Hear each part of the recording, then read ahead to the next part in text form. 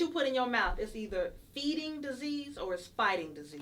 Absolutely. So every time you put something in your mouth, you got to ask yourself that question. Is this feeding my health or is this deteriorating my health? You got a physical aspect, intellectual, you got emotional, spiritual, social, financial, occupational, and environmental. Wow. Once all of those, once you address all of those areas, you had like sound mind. And I just felt like I was family. I felt like I was home. I felt like, I don't know if I'm going back to the U.S. Making me, I need this so real, man. Ain't my mama, she pray for me, yeah. And it was all real. Ain't my haters for hating me, yeah. I kept it so real, man. Never bring me a message, yeah. I need this all real. No fairy tales and no make-believe. The pain was so real, man, real, man. But they ain't my favorite for saving me, yeah. It made me so real. And I don't care what they say about me, yeah. I make it so real, man. Ain't no niggas gonna play with me, yeah. I make it so real.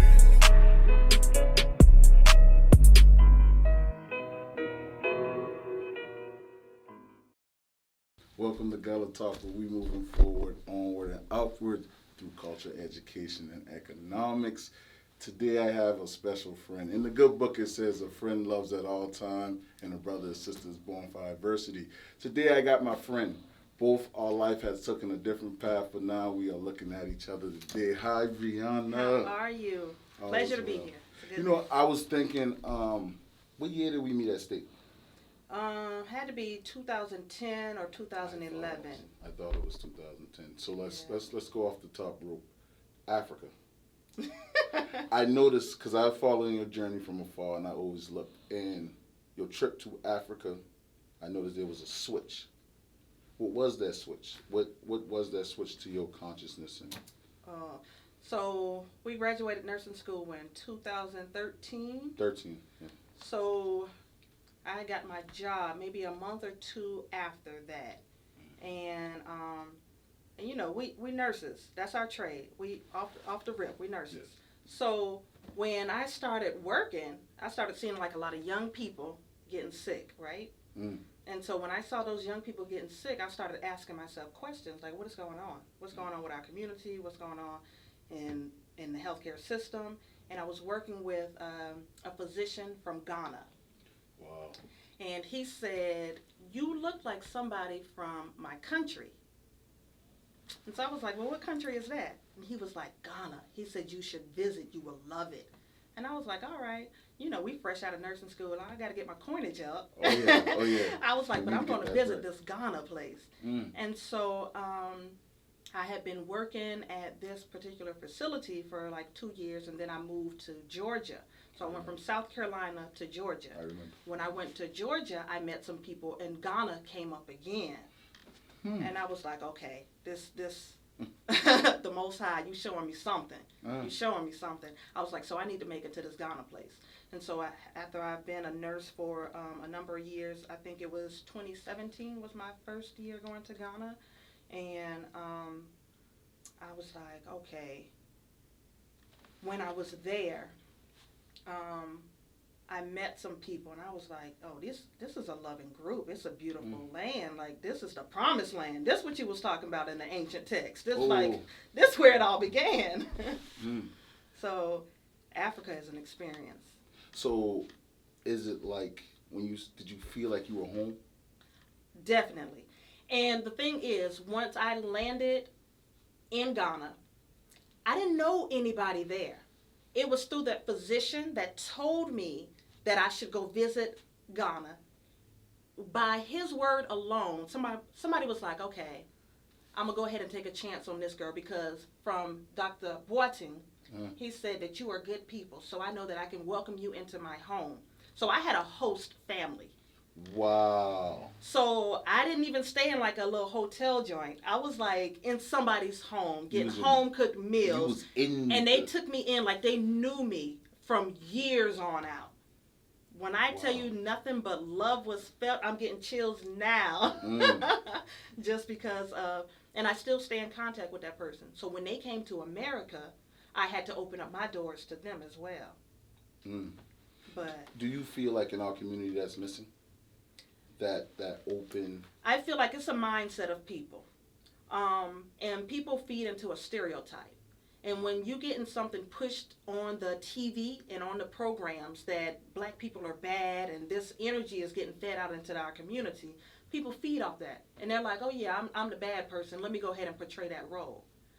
But I think in my journey, I found that because I come from a family that they take in people often. Like we have open doors. So I don't have that mindset of take, grab. I'm not trusting you. I have that mindset of come into my home and let me help you. Gotcha. I come from a family where my mom, she might not have a lot of money, but if she knows somebody else is doing worse than her, she gonna say, all right, well, I got an extra room. My girls, they can room with me. I'll open up my home to you until you get on your feet. But she not letting nobody stay forever either. Yeah. She just give you that stepping stone. Right. Exactly. Wow. So how was the experience in the home? So you came in the home, they accept you. It was like. So when I got off the plane, actually, I met my husband there as well. Yes. When I got off the plane, a friend of mine, she said, well, I want to introduce you to someone. She's actually in South Carolina. She moved to Georgia. She said, I got a friend of mine that I want you to meet, and he can show you around. And I was like, all right. I mean, my host family, they don't really want me going off with strangers, and that's essentially what he is. He's a stranger. Yeah. So, yeah. So he was the first person that met me at the airport. Wow. So a friend of a friend met me at the airport. And he was like, okay, did you have anything to eat? Are you thirsty? Like, he was the first person that welcomed me with a welcoming spirit of Ghana. And they have this saying called Akwaba, and it means welcome. So anytime you get off that plane, everybody's saying Akwaba, welcome. And they're calling you family off the rip. And that's whether you're white, black, Chinese, or whatever. So he stayed there with me because he knew I was this new face in a strange land that I thought was strange at first because I didn't understand quite yet. I knew Africa was a good place to be. Ghana was a peaceful place. But until you go there and experience it yourself, you're just going to go off of like stereotypes from the TV. So when he met me there, he waited until my host family came. And he actually got on the phone with my host family and said, yeah, we're at this location so that they wouldn't be lost and they can come directly to me. And so after my host family, they came to me. They picked me up. They met Peter, and we went to their house. So at this time, it must have been, on their time, it must have been like 10 p.m., 11 p.m. at night. When I got to their house, I don't know if you ever seen like the Nigerian movies or the Ghanaian movies, but they have like these gates at their house. And somebody came and they opened up the gate for us. And I was like, yo, like y'all rich? It's like a palace? It felt like one. The way they set their home up, there's a barricade around the home and there's a gate to come in. And it leads right into the driveway. So I was like, where am I going? I said, are you guys rich? They said, oh, no, we are far from rich. And I was like, I don't know. Yeah. Y'all got a little buddy right here in the outhouse, and he coming to open up the gate for us. So I was like, okay, I felt like a celebrity off the rip. I know that's right. I was like, all right, that's right. This is where I need to be. Yeah, that's my home. This is home. And so when I went into the home, and they don't treat him like an outside person. They don't treat him like he's the help. They treat him like he's a part of the family. So when he gets hungry and he gets thirsty, he just coming in, he got the key or whatever. Like he's the security and everything. They trust this man. And so I went into the house, and the kids, oh, especially the youngest one, they came with a gift. They said, "This is your room." The neighbors came over to welcome me. When I tell you, and they brought a platter, and it had water on it.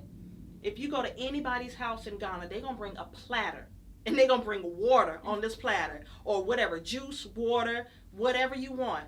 They bring it to you because they want you to feel welcome. They don't want you to feel like a stranger in a new land. So I had the platter joint come out, and I was like, "Oh no, you don't have to do this." And they was like, I guess I don't know if that was like a form of disrespect, but they was like, "No, we got to do this." Yeah. So they brought the platter out, and I was like, "Oh, this only gets better and better." And I thought it was like just a show, but everywhere that I went, I got that same treatment. So after the platter was brought out, they took me to my room. Nice room. I had a card. I had a gift. It was a wooden necklace and some earrings. I still got it now. I wear it. And I just felt like I was family. I felt like I was home. I felt like, I don't know if I'm going back to the U.S. So you feel like, was it God sent you there? It was definitely. Was it a calling you answered when you got there? Definitely. I mean, I can feel it through the Instagram picture. Like, listen, this ain't Breanna. You know how many duds was like, listen, yo, look at Bree. But it was more or less like, yo, I think she tapped into her third eye, something like that. And the thing is, and then I know, we talk about like consciousness and everything. Yes. And the thing is, when I got my first nursing job, I started asking questions. Oh, yeah. And it was just to myself. But when you start asking questions, you start getting answers. So when I got certain answers, I was like, okay, I see you. I see you, Mosai. You talking to me. And I'm getting answers through people and not podcasts, but documentaries. Oh, yeah. So I ran into a documentary, Hidden Colors. I remember when you talked about it. Remember when I dropped that on you? That was years ago. That was years ago. So when I first saw the Hidden Colors joint, I was like, they don't tell us this in school. Hold up, where we started from? So our history didn't start from slavery, is what you're telling me. Absolutely. And which my family was already telling me that. Like this black consciousness thing, I was already raised in this. Like my aunt was already hitting me with the Queen Nefertiti earrings and all of that. And I grew up in like the elementary schools. We did reenactments. So, there's the Wizard of Oz, and then there's the Wiz. The elementary school that I went to, we did the Wiz. So I didn't really know about, like, what is the Wizard of Oz? I know the Wiz with, like, Michael Jackson and them. So there was already this consciousness to be black and proud and don't conform to whatever society wants you to conform to. So when I saw Hidden Colors, I was like, oh, this is something that I need my nieces to see. Like, my family needs to be on this. But it comes a time in life, you have to meet,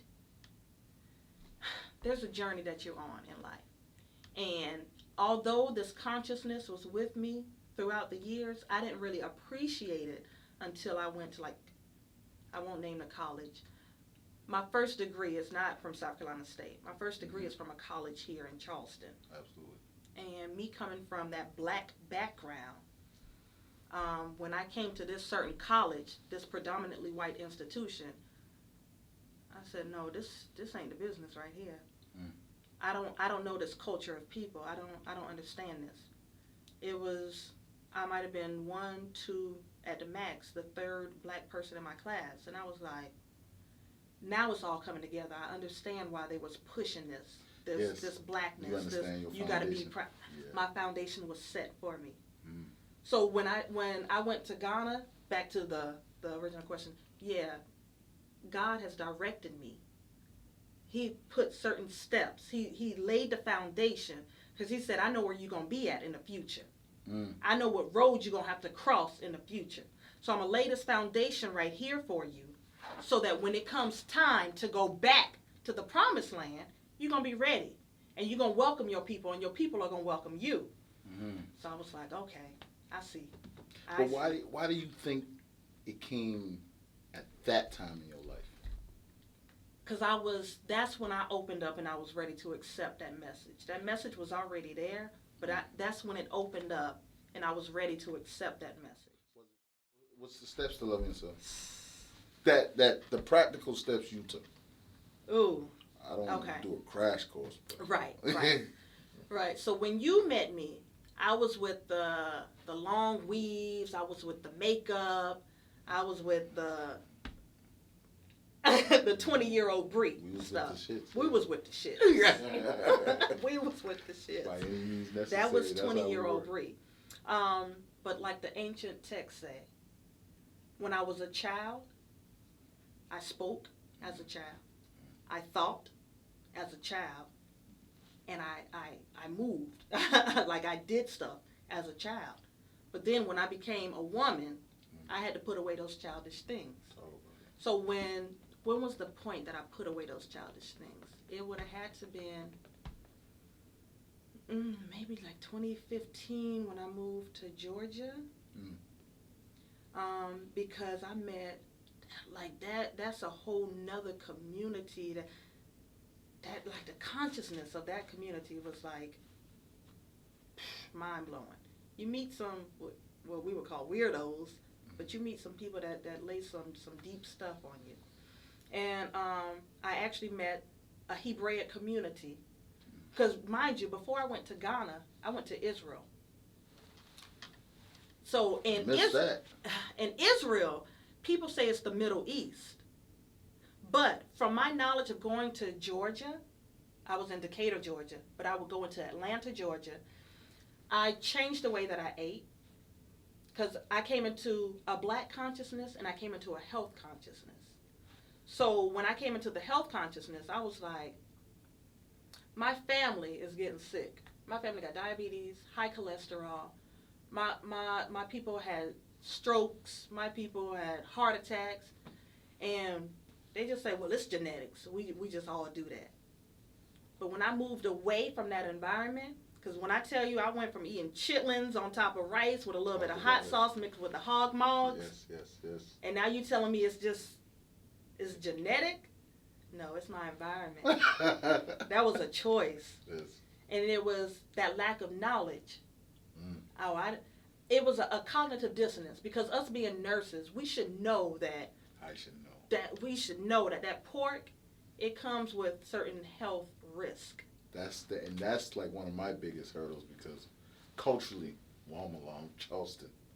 And like you said, you go to my mom's house and she gonna offer you red rice. Oh yeah. She's gonna offer you. My dad's side of the family, we low country. Yeah. We low country. So if you say I was raised no, off of red rice and blue yeah, crab. you say no to that, she's gonna feel like you disrespect me. But I know every time I put it in my mouth, this ain't good for me. It ain't good. No diss to. So what you put in your mouth is either feeding disease or it's fighting disease. Absolutely. So every time you put something in your mouth, you got to ask yourself that question. Is this feeding my health or is this deteriorating my health? So self-care starts with, first, what you thinking, because everything begins with thought. Absolutely. So I had to change the way that I thought. So in order to change the way that you think, you got to educate yourself. But you don't know what you don't know. When you are eating toxic, you can't really feed your brain. You're tired all the time. You're clouded with a lot of nonsense, so to speak. Mm-hmm. But like when you come Southern like we are, and you think about religion, and you start using words like energy, they get Spirit, Holy Spirit. But I really feel like energies, because you feel it in a room. You feel what someone brings. That sick person, you walk in there, they can light up when Trevor's here. And that's what I get. Yeah. That's exactly what I get. Oh, yeah. So you always had that person. There's another rule out there that says energy is not created or destroyed, but it's transferred. Yes. So my energy, I'm not going to lack anything from bringing you my joy. I got to share my joy. That's my purpose. If I don't bring you my knowledge and my joy, what am I bringing you? Why am I coming to work? what we doing? We're not feeding a sick culture. We're trying to get you out of here and better. Oh, yeah. So I got to give you the tools that you need to change your mind. I'm giving you motivation, one. When I come in there, I'm saying good morning, good evening, depending on what shift I'm working on. And I'm letting you know, I'm Breanna. I'm your nurse for today. What brought you into the hospital? What got you here? You got to ask them that. You got to ask them that. What brought you into the here? hospital? Yes. And they will gladly tell you how. I ain't never been sick before. It just all hit me all of a sudden. Oh, yeah. Oh, yeah. And I got to stop them right there. And I say, okay, well, let me go introduce myself to the rest of the people, and I'm coming back to you. Yes. Because we're going to have a talk. We got I'm doing my assessment right here. I got to know where your mind is at. Mm-hmm. Something brought you here. And it was your mind. Because whatever you thought, you acted upon. So now I got to figure out, well, how can I change your thought process? So that you can act different, so you can stay out of this healthcare system. Because it is a system. It's a system. It's a system. Because, you know, when I think about school, we learn the body systems, and we learn medications and how it reacts and all that good stuff. But the holistic approach is not drive home, because mind, body, spirit. Wherever the mind, the body will follow. If you don't feed the spirit, I don't care what medication, alkaline water you give them. If they want to check out, they're going to check out. Let me ask you this, though, because when I talk to a lot of travel nurses, they get to this crossroad where they start thinking about stability. Like, can I do this forever? I kind of want to get married, or I am married. You know, you ever think about that? So, as a travel nurse, I got married and I have a house. So it's hard for travel nurses to get finance with a house. So with my financial journey, I also had to learn that I'm not just saving for a rainy day. I'm saving for like 6 months worth of bills. If I stop working, I need to have like 6 months worth of bills in an account. After that 6 months is there, that's all. So now, the advice that I would give to a travel nurse is, you have your money saved up, but that money ain't doing nothing in the bank. The interest rate, it ain't even 0.5%, if that. Like, it's like 0.05%. That's nothing. So you need to get, if you have this money coming in, you need to get a financial advisor, because we don't know nothing about finances. We done confront the generational curses. We stopping that. We dead in that. That's done. Now we going to another avenue, and we starting to create generational wealth. How am I gonna do that? You got to think. What's your skill set? What can you learn? I got to have more than one avenue of income coming in. Yes. So now I'm on the mindset where we talk about what, financial freedom these days. Is that the key term? That's the cool thing. That's the cool thing, right? First was consciousness, now. Right. So now I'm on my financial freedom route. So as a travel nurse, I built up stacks of money. I'm not going out and buying the Louboutins. That was never me. I didn't get my first pair of Jordans until after high school. I was a nurse when I got my first pair of Jordans. So that's not really my mindset. Let me stop lying. You know what? When I was in Atlanta, I did go to Lenox. You have that moment. You have. You got to. You know I'm a jury guy. You got to. You know my glasses. Yeah. Ridiculous. I have my itches. I was buying the shoes, but I wasn't buying no $1,200 pair of shoes though. That's not my get up. But you still had that. But you're human. I invest a couple $100. Not invest. I would waste a couple $100 on some shoes because it's a liability. We got to talk in terms of liabilities and assets. Okay. This even our house, we be thinking, oh, this is an asset. But it's not generating you no income. Unless you Airbnb-ing that house out and you getting money in your pocket, it's a liability. Unless you leveraging your equity. And that's a whole nother conversation for a whole nother. So, through all of this, how do you manage your stress? Self-care. We go back to that. Self-care. When you learn to love yourself, you take care of yourself.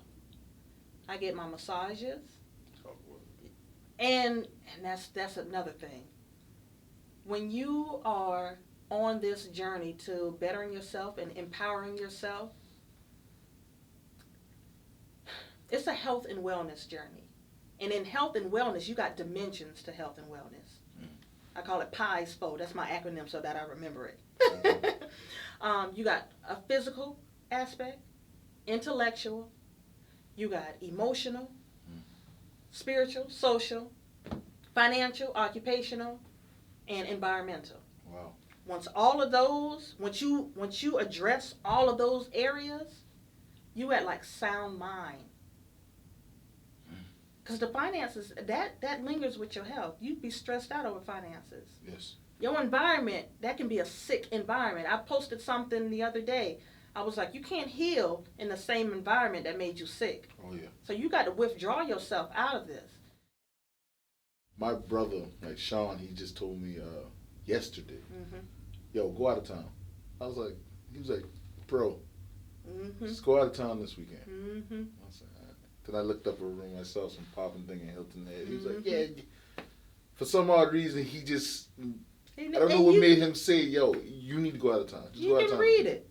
You can read it. Go Your out of whole town. energy changed. I was like, And you know, that's your brother. He Yeah, knows yeah, something's yeah. good. Look, I know little bro, he got a lot on his mind. He got a lot of stuff that he's doing. You got to take some time for yourself. yes. He was like, go out of town.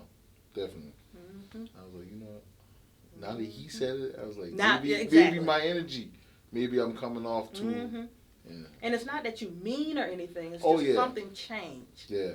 And he was like, You need I to take need that time. you. Now it's time for you to take that time. And that's another thing with the travel nursing. Like when I was on the floor working, Mhm. and I see that going on the floor and working, I can see these nurses. Burn out. They're not taking no time for themselves. Oh, yeah. And they come in with anger, they come in mad, and they like, this my sixth night in a row. 6 nights in a How row. you doing that? You can't make it. You can't sustain that. No. You can't sustain that. No. You definitely What can't. you doing that for? Yeah. I'm not doing that. Me neither. I work my minimum days. That's all. But coming out fresh, you know, Yeah, you picked up those you hours. want to learn, you want to pick up hours, you want to get the Mhm. money, but now you Mhm. realize it's It ain't worth it. I need my sanity. I need my health. it's definitely not working. So what's next for you? What's your goals? Baby, we're working on generational wealth. Yes, we did talk about it. We're working on We read generational what wealth. Dr. Claude Anderson. Me and Yeah. you was Oh, on Powernomics. that. We on Powernomics. it. Yes. Me and you was definitely talking We about that on some it. time ago. So now I am trying to figure out how I'm gonna bring in these multiple streams of income. Mhm. I'm a real estate investor. Talk about it. I'm a CPR BLS instructor. Likewise. I just sent in my paperwork to be a public notary. Those are the streams that are coming in. And on top of that, I'm a nurse. Mhm. So that's 4. But I still got to think of something else. And the money that I'm getting in, I speak with my financial advisor, and I'm like, okay, well, I have a daughter out here. I got a child. Mhm. What am I going to leave behind for my child? Am I going to leave debt, or am I going to leave some assets? So she going to have a house in her name. It's going to be a house with a deed in her name. Mm. A couple of them. Mm. And then on the next level, it's actually going to be in her company's name. How's motherhood? Motherhood Breanna's a is mom and Breanna's a- amazing. Talk about it. Talk to me about it. Amazing. So I got a mini me. Yes. Like she like Personality. I spit that one out. I spit that one out. And you be like, because at first, you know, when you're young, I'm not going to have any kids. I can remember that right. I'm not I can having any remember that. kids. I'm not doing this. But on my journey to changing myself in my mind, I was like, now why would I be selfish and not have any kids? Why would I do that? If I'm working, who am I working for? What I'm working for? If I'm saving up money, what I'm saving up money for? To take to the grave with me? Or to give back to the government? Because when I pass away, when my physical body passes away, what happens to my fortune? Do you felt you had the tools to be a mom after you took care of yourself? I had to take care of myself first. Don't bring no child in this world if you do not know how to take care of yourself, if you don't love yourself, if you don't have the tools and you don't take the opportunity to get to know yourself first. Don't bring them in. Don't bring them in. That's a lot of work. I got a whole village on my side. I moved from Georgia back to South Carolina. And she's in that nurturing level. She's in that nurturing environment, and she know it. Ooh. But what has it taught you the most? Patience. Cause you know, when we was in nursing school, people try to get into our study group, and I'd be like, "You ain't read? Yeah. Facts. Y'all not coming and milking off of us." But then I had a level of understanding, because she's so active and so inquisitive, and it's making me work a little more. When you make this money, like what you about to do with it? I have to have a plan for everything. And that's the same thing with them. You got to have a plan for everything. We ain't just out here. We got to come together, and we have to agree on certain things. Mm-hmm. So it's not like the tug of war of compromising all the time, or you felt like you lost yourself in marriage and motherhood, which most young females do. Because he like, you don't have to quit travel nursing. Oh, bet. Because I thought I was going to have to stay home and do this. Pick and up the shifts. Yeah. He was like, because we got a goal. Our end goal, we got an empire to build. But him being African and you being African American, did that have any That's two different cultures. Yeah, so how did you kind of submit yourself? So it helps being from the South. That's one thing. Because they live by biblical values. So we on the Bible Belt. Yes. We already know about these biblical values, but we also in the land of the free and the land of opportunity. So some stuff that we do, it don't make sense. So where we're like, oh, we got freedom of speech, we got this right, and the third, we have this entitlement to ourselves. And until you get out of this country and go into another country, and they like, oh, you Americans, why y'all act like this? And actually, his family thought that I was going to be, well, I would have been that typical American if I wouldn't have changed my mindset. But I wouldn't have been in Africa if I wouldn't have changed my mindset. Oh, yeah. So his family was like, you're going to marry an American? So they thought I was going to have tattoos all over my body. They thought I was going to have different piercings. They looking at reality TV shows. They thought I was going to have like the long hair. Well, they wear the weaves too. Yeah. But they just thought I was going to be this different person. And then once I came and I introduced myself, and they was like, oh no, this is a good one. His uncle living in two different countries at once. His uncle already told him, oh, she from the South? Oh no, she going to be a good one. So it don't take 3-4 years, in your opinion? Not in my state it didn't. In your state. But we still new at this. We still fresh at this. So 2017 we got married. Now it's 2020. We going on 3 years now. I'm so mad I didn't get invited. Congratulations, though. Stand in line. But I didn't take it personal. I definitely didn't take it personal. So you got your YouTube series. Yes. Let's yes. plug that in. So I am starting The Nurse Breanna, because I have a responsibility out here as a nurse, and as a person in our culture, we already know what milestones we have in place. Health being one of them. When my patients come in, I want a longer amount of time to spend with them and to educate them on certain things. But I only got 12 hours in a shift. So I have to use my time wisely. So I'm dropping as many jewels and as many nuggets as I can in that 12-hour period. But I need something to back it up.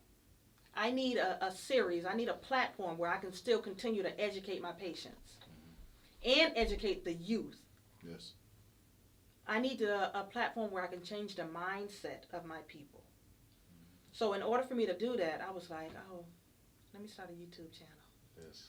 Let me have an Instagram page separately for this. So I had to have you on. So I have at The Nurse Breanna, Breanna, on Instagram and Facebook. And we got to go over those 8 dimensions of health and wellness that I went over. Because you got to understand, health is not just the absence of disease. It's much more than that. And you got to understand how to love yourself first before you can love anybody else. Because once you start to love yourself, then that energy gets out there and it starts to radiate, and people gravitate towards you. So I needed a platform to express that. How beautiful. I'm on that journey too. I think I'm Oh, on you a journey. doing it. I'm on a journey. I hadn't found myself yet. I can't say I found Trevor or what is Trevor's calling. You gotta find your purpose. And I hadn't found it yet, but I'm on a quest because nothing is bringing me. This is it. This is it. You sitting in that chair for a reason. I think so. You know, you was always asking questions. Yes. You get everything out of somebody Yes. just from being your genuine self. True, yeah. And you have an inquisitive mindset. Always. So maybe you ain't realized it yet, but you found your purpose. I hear a little preacher undertone with you now. Did you think about it? Have you thought about it? I hear it. I ain't never heard this shit before, but I hear it now. I hear the evangelist. I hear the. I'm still learning. That's Oh, yeah. something. Like my family, we went to church, and I was introduced to church, but I didn't grow up there. Yeah. So I'm learning the word. I'm learning how to better myself. So that spiritual aspect is a lot. Yes, It's a lot. And we are spiritual beings. indeed. And we do have a creator. Indeed. I agree. How beautiful. This is Gullah Talk. Like, share, and subscribe. Ain't my maker for making me. My nigga so real, man. Like